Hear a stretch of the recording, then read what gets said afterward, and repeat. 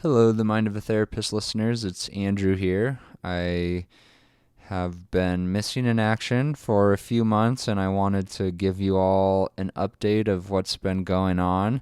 I would have liked to do this ahead of time before my recent trip, but I forgot to, and so here we are. The last month, I've been on a trip. On the Continental Divide Trail, backpacking through most of Colorado. And before that, I had graduated from school and was working a bit, and was pretty busy, so didn't really have time to release podcasts. But I've got a number of interviews set up here that I'm really excited about.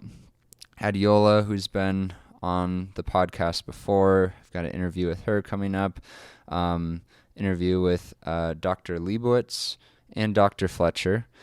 And I wanted to just take a few moments here and share a few things that I've been thinking about, a few important reminders and learnings that have been running through my mind as I walked a long distance on the Continental Divide Trail.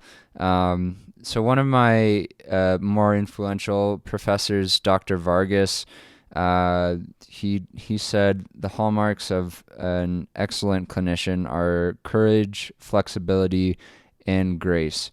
And I noticed that these were also very important values to hold on to while backpacking.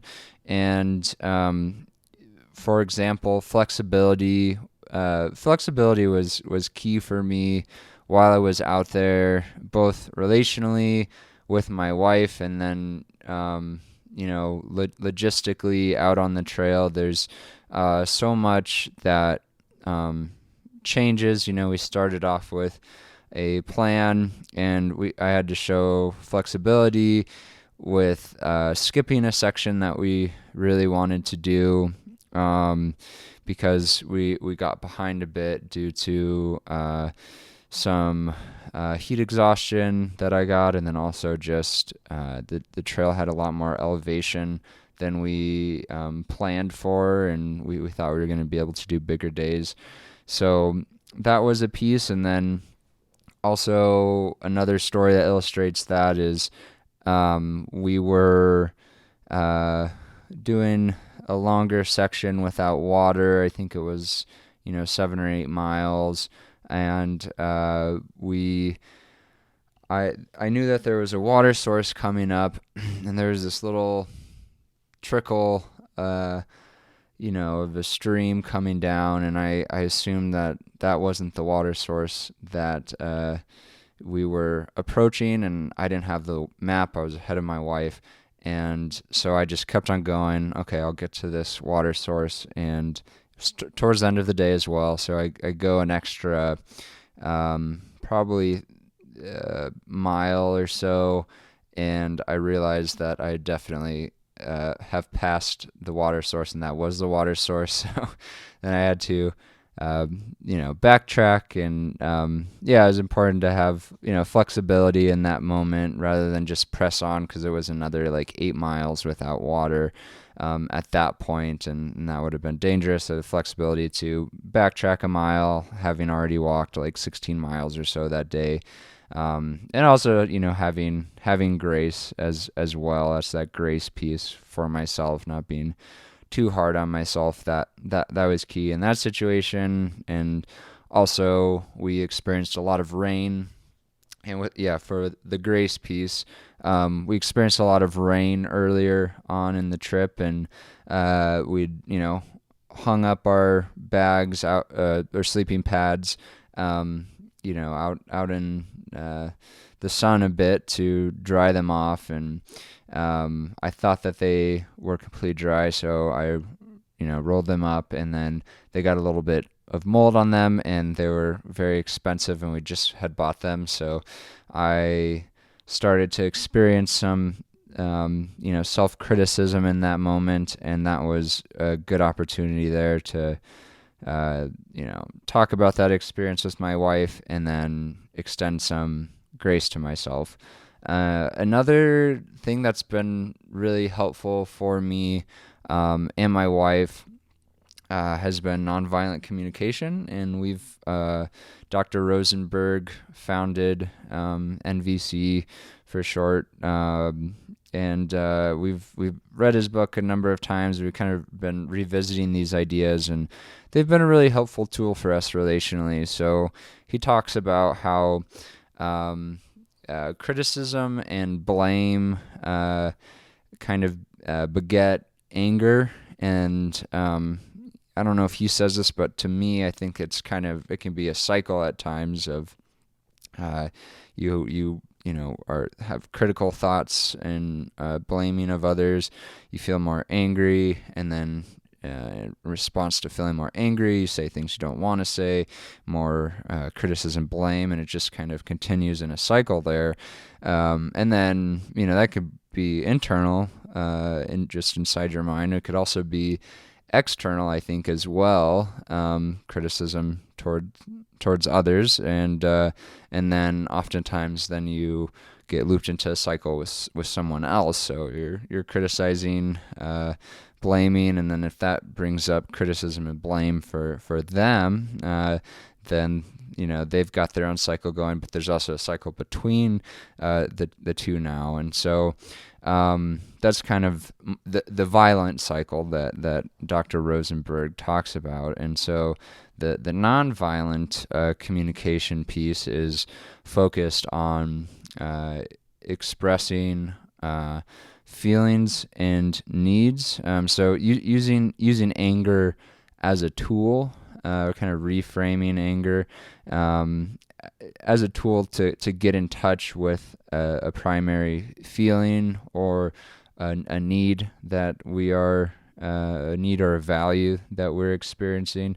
That's important to us, and then communicating that. So really, in these moments where we notice ourselves starting to criticize others externally or just in our minds, and we feel frustrated about this, using that as an opportunity to get in touch with any other feelings that are present for us, and any needs and values as well. And so that's been a really practical tool for us as a couple. We use that out on the trail. As I was mentioning earlier, you plan for a lot out on these trips, but then there's always the unexpected, and that can lead. It does lead to conflict, and I know I'm not alone in this. Talked with other couples out on the trail too, and I think doing a long through hike or a big section of a trail can be a really useful experience for couples or really anyone in relationship. And another piece that I was thinking about was just the importance of gratitude, and so we have the nonviolent communication tool as an antidote to criticism and blame, but gratitude is kind of opposed to criticism and blame too. So the more I've practiced gratitude, it for me it's often just looked as simple as each evening jotting down 3 things that I'm grateful for and spending maybe 30 seconds or so on each of these items, and really thinking about whatever that is. Say I'm grateful for ice cream, which I definitely am. I think about that experience of eating ice cream, and I've noticed as I've done this practice, I've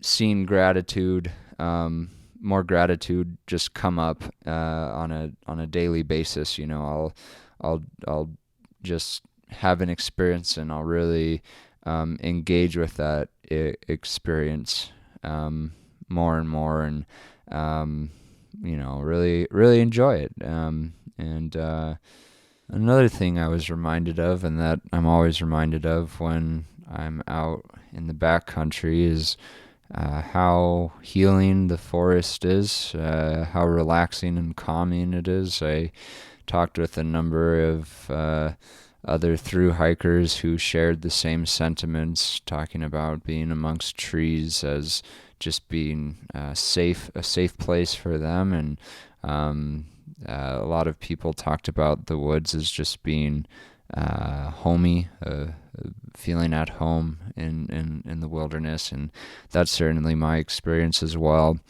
I talked with this veteran out on the trail who had been diagnosed with PTSD, and said he suffered from a lot of anxiety and depression in his life, and he had seen a number of psychotherapists who did help, but he said that the most helpful thing for him has just been being out in the backcountry. He said, this is the best therapy for me, and he has a mission too of bringing others into the backcountry, bringing other veterans into the outdoors. And so, I mentioned this as a reminder for you, if you have opportunities to go out into the forest and just sit and be present, go on a slow hike, a nice walk, and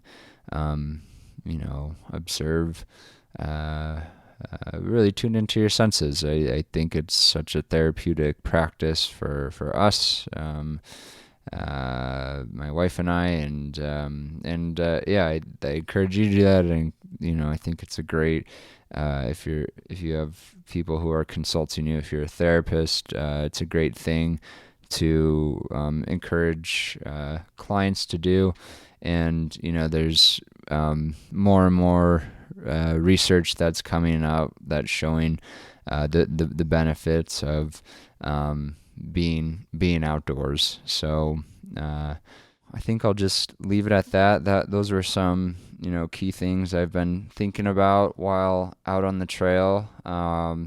If you have anyone who you think would be nice to have on the podcast, or if you have a specific topic that you're interested in me having an expert on to talk about, I would love to hear that feedback. So feel free to shoot an email at themindofatherapist@gmail.com. That's themindofatherapist@gmail.com, and I look forward to hearing back from you. Hope you're doing well. Hope you're cultivating gratitude, and you've got some things in your life and relationships that are exciting you, and that you're working on. And I'll look forward to releasing these few episodes coming up. And thanks again for listening and for the support. So have a good one, and thanks for listening.